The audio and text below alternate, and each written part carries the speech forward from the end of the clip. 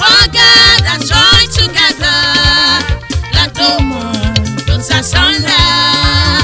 I will leave my daddy and my mommy behind and be joined to my new wife.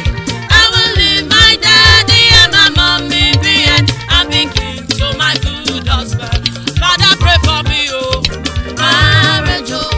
Marriage is to me. Oh, mother, pray for me, oh. For my marriage, oh. For my marriage is today.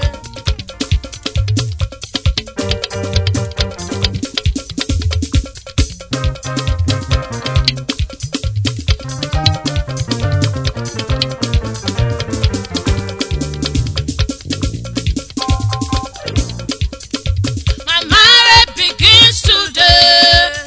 I have married a new wife. My marriage begins today. I have married a good husband. I will leave my daddy and my mommy behind and be joined to my new wife. I will leave my daddy and my mommy behind and be clean to my good husband. My marriage begins today. I have married a new wife. My marriage begins today. I have married a good husband. I will leave my daddy and my mommy behind and be joined to my new wife. I will leave my daddy and my mommy behind and be clean to my good husband. Father, pray for me, oh. My marriage, oh, for my marriage is today. Oh, mother, pray for me, oh. My marriage, oh, for my marriage is today.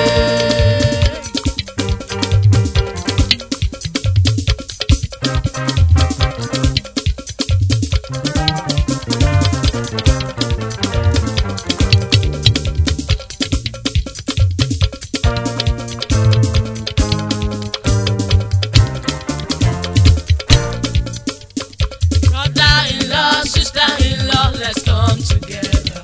Our marriage must work. Father-in-law, mother-in-law, let's come together. Our marriage must work.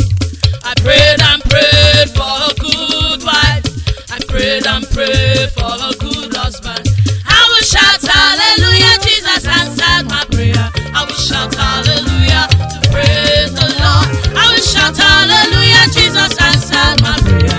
I will shout to glorify the Lord. Father, pray for me, oh. For my marriage, oh, for my marriage is today. Oh, mother, pray for me, oh. For my marriage, oh, for my marriage is today.